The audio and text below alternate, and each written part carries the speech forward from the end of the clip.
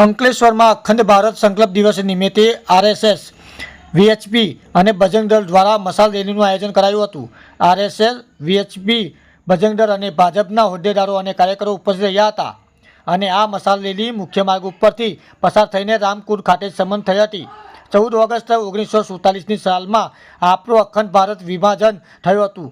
ફરીથી ભારત અખંડ અને એક બંને તેવી સંઘન સ્વયંસેવકો સંકલ્પ લે છે, જેમાં 14 તારીખને રાત્રિના 12 વાગ્યાના 1947માં ભારત દેશના ભાગલા પડ્યા હતા। ત્યારથી દિવસને કારો દિવસ કહેવાય છે। એ અગાઉ પણ આપણો દેશમાં ઘણા વિસ્તારોમાં વિભાજિત થયો છે। દેશને 15મી ઓગસ્ટને 1947માં આઝાદી મળી હતી, પરંતુ પહેલાં આપણો દેશ કેટલાક ભાગમાં વિભાજિત થઈ ગયો હતો। આ અખંડ ભારતને ફરીથી અખંડ બનાવવા દેશના દેશવાસીઓએ એક થઈ ભારત દેશને ફરી અખંડ પરમ વૈભવ શિખર પર લઈ જવાનું કામ કરવું જોઈએ।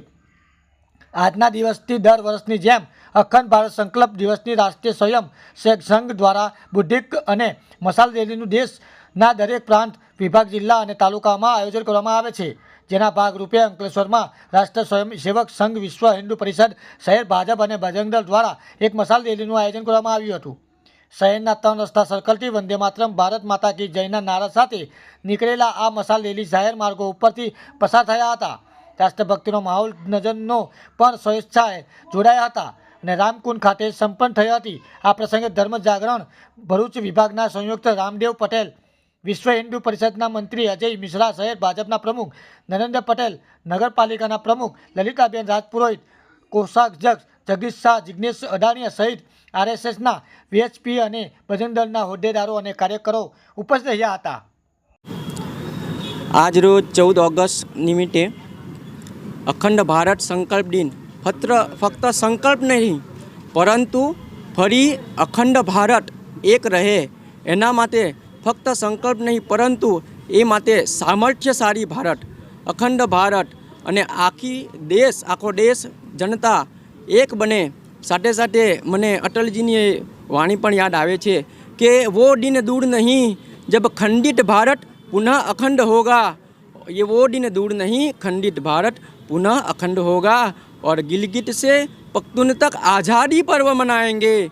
जो खोया है उसको याद करे, जो पाया है उसका ध्यान धरे और इसके लिए कमर कसे बलिदान करे और वो दिन याद करे जब यह भारत पुनः अखंड हो जाएगा। वो भारत पुनः अखंड हो जाएगा। भारत माता की जय। जय श्री राम। આજે અંકલેશ્વર નગર પ્રખંડના રાષ્ટ્રીય સ્વયંસેવક સંઘ, વિશ્વ હિન્દુ પરિષદ તેમજ અન્ય હિન્દુ સંગઠનો દ્વારા અખંડ ભારત સંકલ્પ દિવસના અનુસંધાનમાં મશાલ યાત્રાનું આયોજન કરેલ છે। 1947માં 15 ઓગસ્ટના દિવસે આપણો દેશ આઝાદ થયું, પણ આપણને ખંડિત આઝાદી મળી।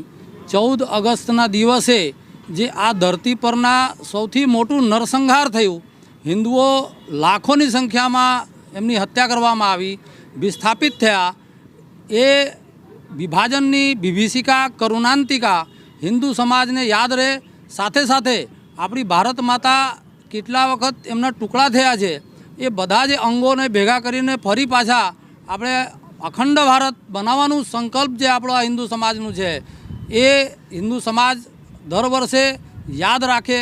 જે રીતે ઇઝરાયલ પોતાના દેશને યાદ કરી અને ફરીથી પોતાના દેશને યાદ કર્યું, ફ્રાન્સ જેવા દેશ 2 ભાગમાં વિભાજિત થયા પણ ફરી પાછા એક થયા, તો ભારત પણ અખંડ થઈ શકશે, એ શક્ય છે।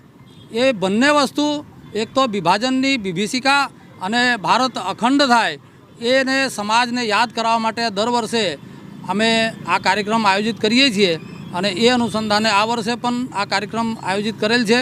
અહીંથી યાત્રા શરૂ થશે અને રામકુંડ પર સમાપ્ત થશે।